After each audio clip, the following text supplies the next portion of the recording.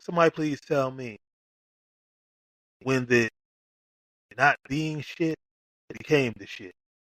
Explain that to me. It's cool to be a junkie, on pills, perks, what are they? Perks, Xannies, Molly, what else? What else are they? The lean, let's not forget that, which is also highly addictive. It's cool to do that. It's cool to do. It's cool not to be intelligent. If you know, even as young as when I was a kid, you get made fun of if you knew the answers to the math questions, to other questions, or you're always raising your hand. And if you let the peer pressure get to you, you wouldn't even put your hand up anymore. See, my parents put it in me, so always raise your hand, always ask questions, stuff like that. And to me, I've always had a thirst for knowledge. I'm going to look into stuff, instead of looking at it. And that's why I try to tell or teach everybody else, look into things instead of just looking at them. And you won't believe what you will find, you know. But yeah, just being dumb, not knowing how to speak correctly. I use slang at times. Yeah, I use ebonics, but the difference between using ebonics and being stupid, and talking stupid, mispronouncing words, using big words that you don't know the meaning of, but you think you're saying something that you found a new word. Like stuff like that. Like it's just cool to be dumb. It's cool to be disrespectful. It's cool not to have any class. Since when? Since when? Like really? And if you have any of these things, you're considered either less than, weak, a nerd. I'm a bit of a nerd.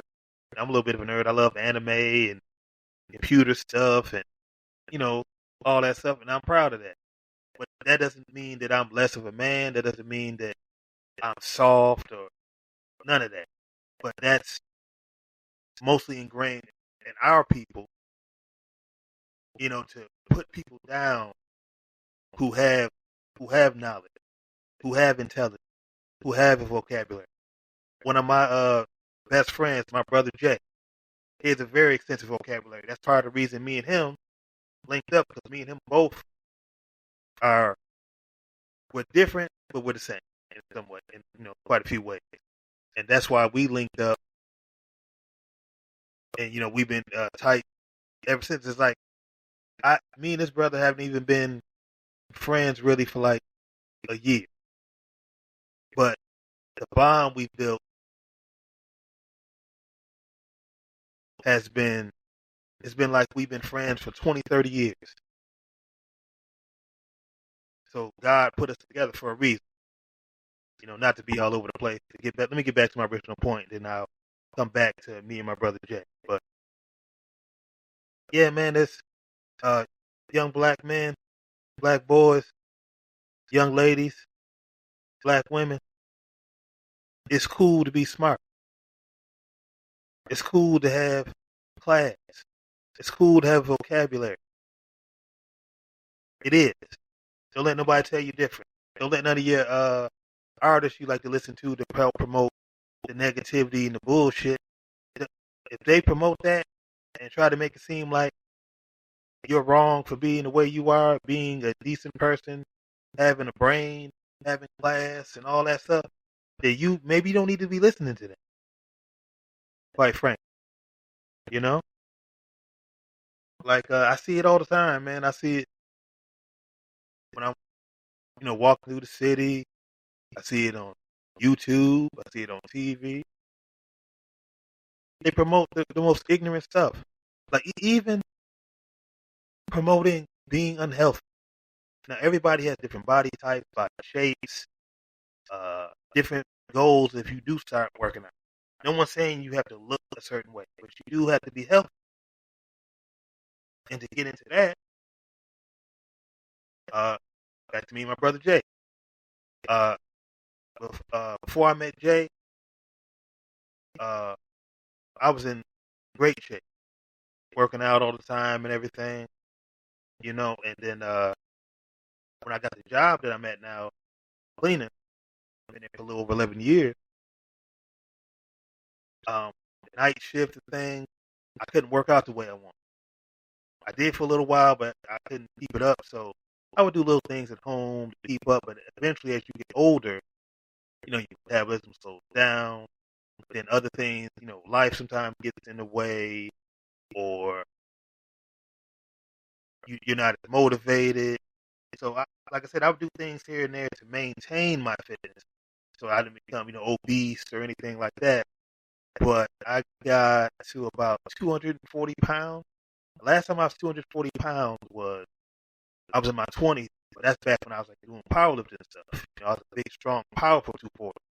But I didn't really like that because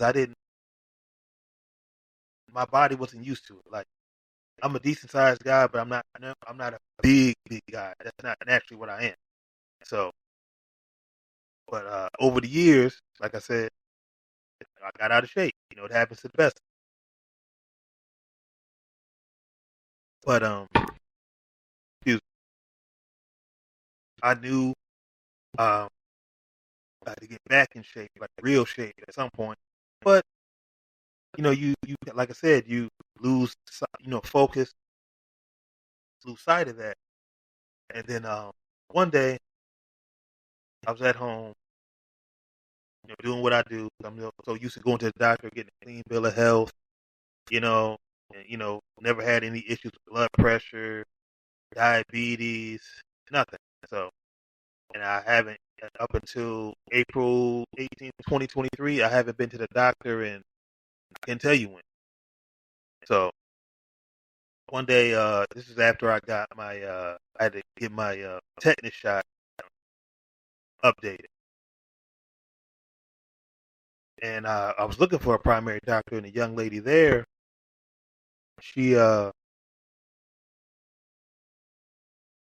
she referred me to a doctor that she was working under. I said, okay, I know who this lady is. I've seen her on television, blah blah blah. Set up an appointment, and I saw her the first time on April 18th of 2023, and I got blood work before that. I had to get that updated, so I got my blood work. I believe it's called what's it called? Uh, H AC1, if I'm not mistaken. And actually, the blood work I got was for lipid. Sorry if I'm not saying it correctly, but that was the initial blood work. Got that when I had my appointment on April 18th, 2023. You go in the room. They weigh you beforehand. Blah blah blah. I go in the examining room, and she comes in and she goes through my vitals. Everything's good. My was it my oxygen saturation, lungs were good, blood pressure was good, cholesterol was excellent, all that. So I'm thinking, oh, okay, I'm gonna get another clean bill of health and go back to doing what I'm doing, right? And then she tells me, yeah, there was an issue with your blood sugar. Like, what? Never had that issue in my life, ever. I'm like, okay, what seems to be the problem? And then on the chart, on the patient portal, um, you have the range of 4.0 to 6.0. You get closer to 6.0, you're getting close to the point where you might need medication. If you go to 6.0 and past that, diabetic.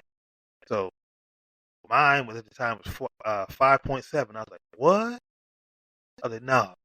Like, I was shocked, but then when she said what she said, I wasn't like knocked over shocked because it made me reflect on all that I was doing as far as at my health at home. Like, I would have like packs of cookies within like 2 days. They were gone. Like, I'm talking about like the family size packs of uh Chips Ahoy or Oreo. Then also in that same week, if I had, as long as I felt like it, I would get caramello bars or uh, bags of Hershey Kisses. Just sit down, chilling, do whatever I'm doing in the house. I, pop one, pop two, you know, what else? Oh, Reese cups. I love Reese cups. King size Reese cups. I have one at home, then I take one to work for lunch. Like, all this is coming back in my head now. And then I used to drink these cranberry juices, ocean spray joint, where it says it's 100% cranberry juice, but I knew it wasn't. It's not that sweet if it's 100%. But I didn't think I was doing any like major damage to myself because I'm so used to being a clean bill of health, and just I was at the time taking for granted, you know, what I always used to have.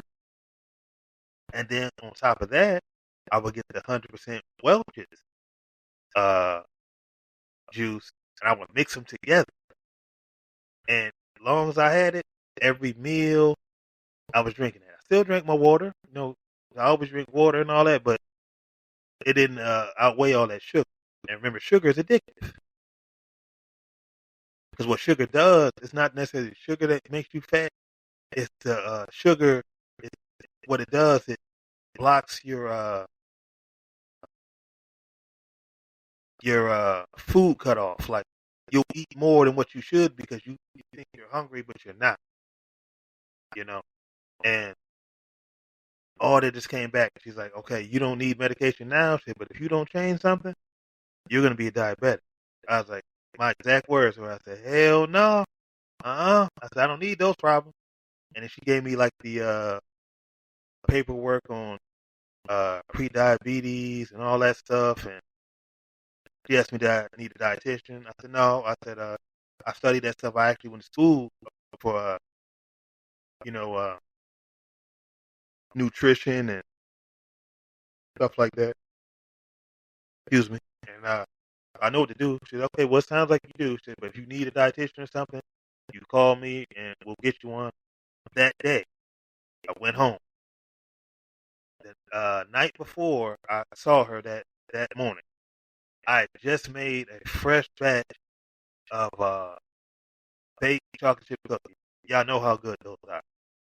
I was like, damn, I can't have none of this for a while until I get right. Because I had to see her again for the follow up November 30th, 2023. So I was like, okay, this is gonna be the last day. When I got home, I had a couple of the cookies.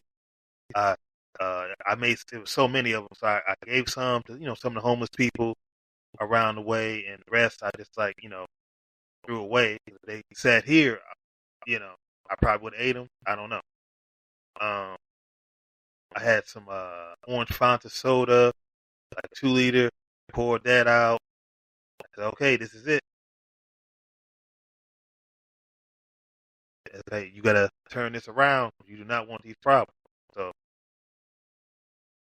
I started doing a little something, little push ups and making plans and re reordering my grocery shopping, what I'm gonna shop for, you know, stuff like that.